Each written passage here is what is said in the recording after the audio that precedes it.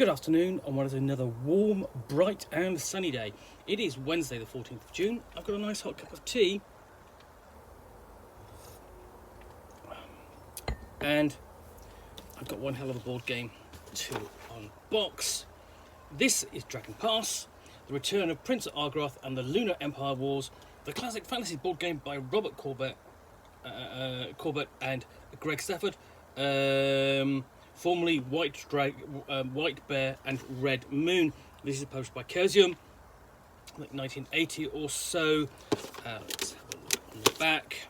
So, Dragonpass, 9 scenarios, 1 to 3 players, playing time 1.5 to 4.5 hours, depending upon the scenario. Graded scenario situations let you play almost as soon as you open the box. Small border clashes to wild free-for-alls with hundreds of units. New combat system, new magic system, exotic powers and abilities. 23 by 34 inch full colour map. The margins of this box contain a half-tone version of this map, so you can see the version of the map in the background. Units include assassins, the dragon tooth runners, scapegoats, warlocks, sprites, cavalry, infantry, archers, militia, the always redoubtable ducks, wolf runners, Harrick the berserk, creator makers, the crimson bat, comets, seers, the red emperor, the inhuman king, the dwarf, stone men, the alchemical transformer, trachodons, androgeus, hydra, satyrs, minotaurs, zombies, and more. The classic fantasy board game, hexagonal grid to regularize movement, the introductory board game to the world of RuneQuest. And it's got quite a lengthy list of reviews on the back. So the box is damaged. It's damaged there, but other than that, I know the box is actually quite good because I picked this up at UK Games Expo 2023, just a couple of weekends away, for the princely sum of £70. Now, you go to conventions and you go, well, I've got a budget, I'm not going to spend very much, but you always kind of end up finding something that you didn't expect, and you go, well, if I don't pick it up now, I'm never going to be able to find it. And this was that purchase. In fact, there were 3 different purchases there I could have made along those lines. I could have picked up a copy of Camelot, the forerunner to Battlestar Galactica, and I could have picked up the complete set of Descent, the first edition. But I saw this and went, grab this, never going to see it at that price again. So let's find out what's inside.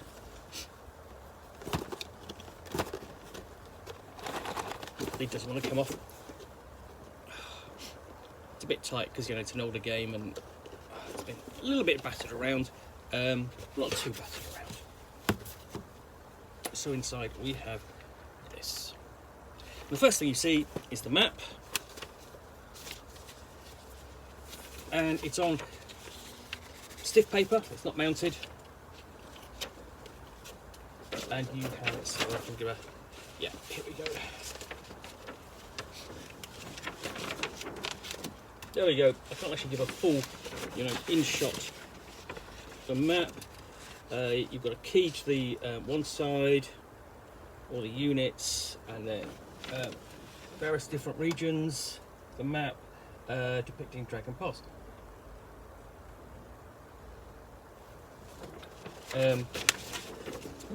Excuse me, hay fever.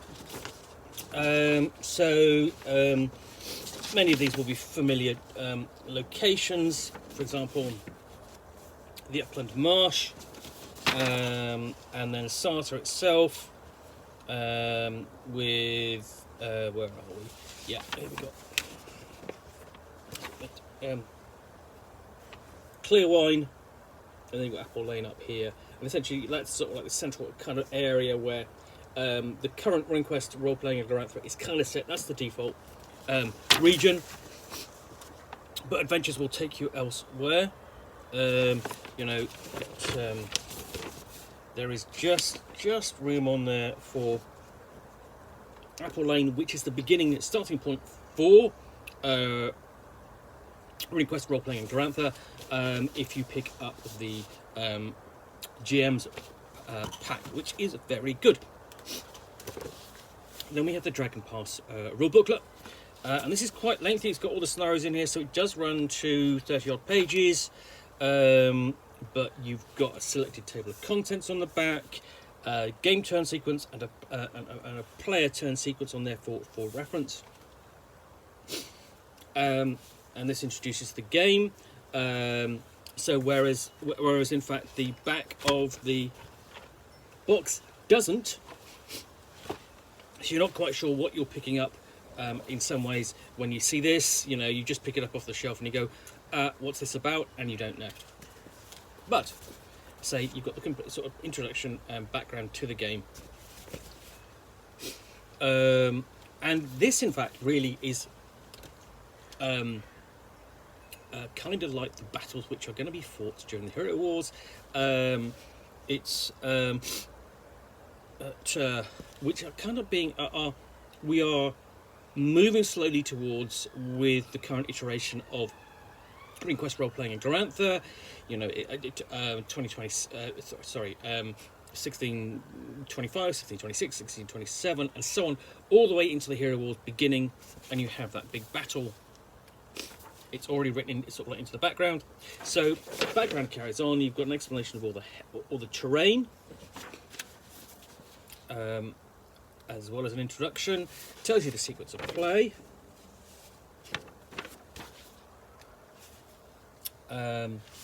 Explains basically structures, map references, and then it explains the nature of your units. So here, for example, we have we've got Magic User, Stormwalkers, and others. So those are clearly marked. We have taken into the combat factor, the magic factor, rules for stacking, and there are notes here as well, but very lightly done in pencil. You have to excuse me a moment because my hay fever is kicking in.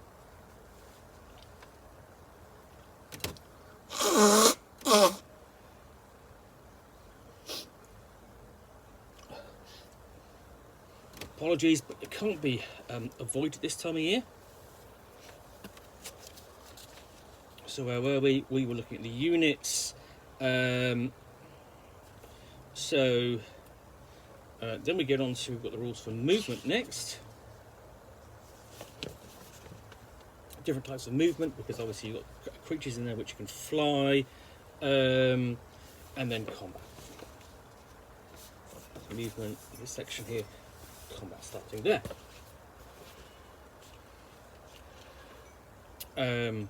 And then, so it includes a guide to resolving battles, resolving battles, missile fire, melee, the effects of chaotic magic, because that's what the Lunars are going to be wielding.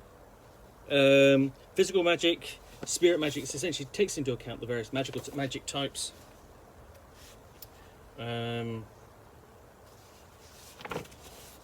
Okay, great illustrations as well. I think that's Herrick the Berserker.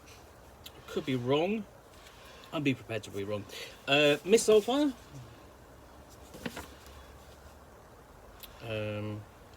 And then again looking at the effects on major units. And then retreats. Advanced things like advance after melee and rules for elimination. Before we get onto heroes and superheroes, the major figures who will often turn the tide of battle. So you have these for each of the different factions. So the Salto heroes, you know, you've got Harriet the Berserk, Gunda the Guilty, Jordan the Toothmaker. Lunar heroes include the Red Emperor, Ja'il the Razoress, Beatpot, Alrin, and you take into account cyclical factors, because that may be basically the turning of the moon, the phases of the moon. And then we have the exotics. They include Prince Argrath, the Dragon-Tooth Runners on the Sartar side, and the Stormwalkers, as well as the Wasps. And then on the Lunar exotic, of course, include the Crimson Bat, you know, gets a whole section to itself, the Crater Makers, and the Full Moon Core. Then we have rules for alliances. Looking at the random events options and the independents involved in the war, including Grass Spider, Dark Trolls, Black Dragon, Delecti, Zombies, so that'd be Delecti that's coming out of the upland marshes, and others, including dinosaurs, and dragons, the Graceland Pony Breeders, again, all factions that can be brought into play through alliances and so on. So pages and pages of just different counters and factions and details. Really sort of like, at this point, introducing quite a lot of lore on each of them. Not necessarily in any great depth, but sort of like some to really kind of cement their position in the setting. Right down to, we have special, last ones we have the Tusk Riders before. Special units include giants and assassins, and with the giants you only see the feet, which is a fantastic, nice touch. Gives you a nice sense of scale. And then we have the scenarios, stemming the tide, basically following the Takasaka Boldholm. So you've got full description of that, and this is going to go for the same for each of the game's full scenarios. So we've got stemming the tide, high tide, Argrath's return. So where are we?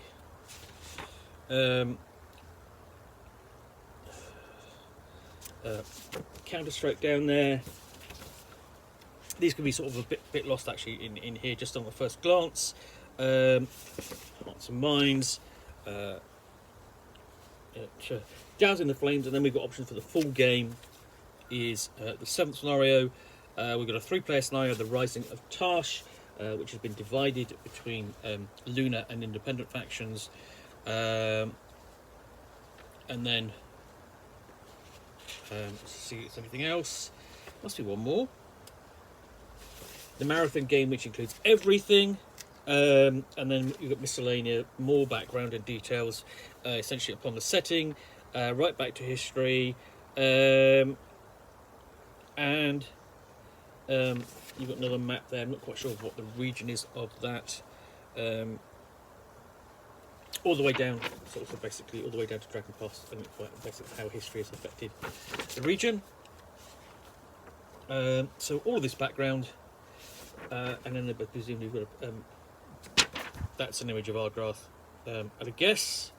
And then we've got details on the background for basically the contents and the references there. So below that we have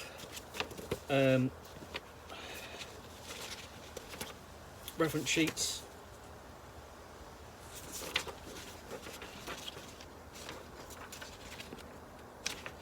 turn section, and again tables for resolving combat, and a random events table as well, just to screw things up for the players, of course. And then last but not least, we have all of the counters, and these have been neatly stacked into a tray. I don't necessarily think that it necessarily came with that, but somebody's done a very nice job of putting it all together. Excuse me. And then you've got more reference tables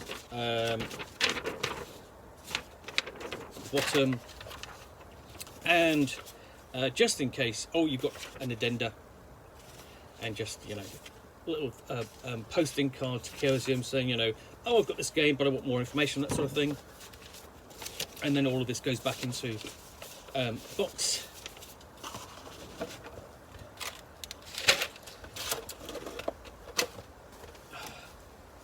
Sorry, excuse me again.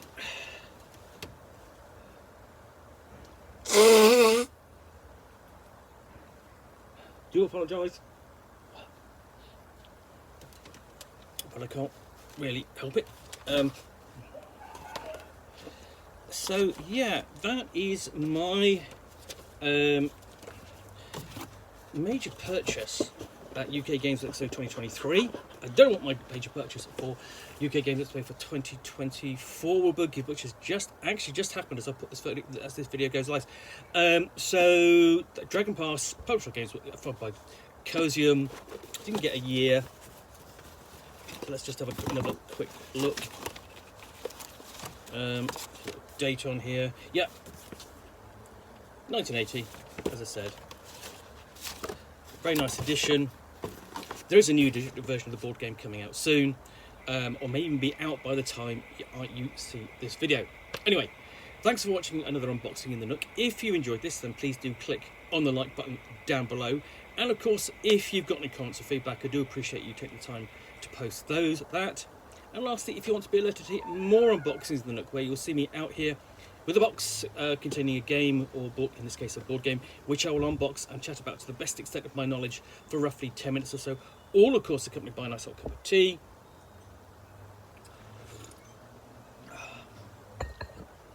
Then please do click on the subscribe button down below.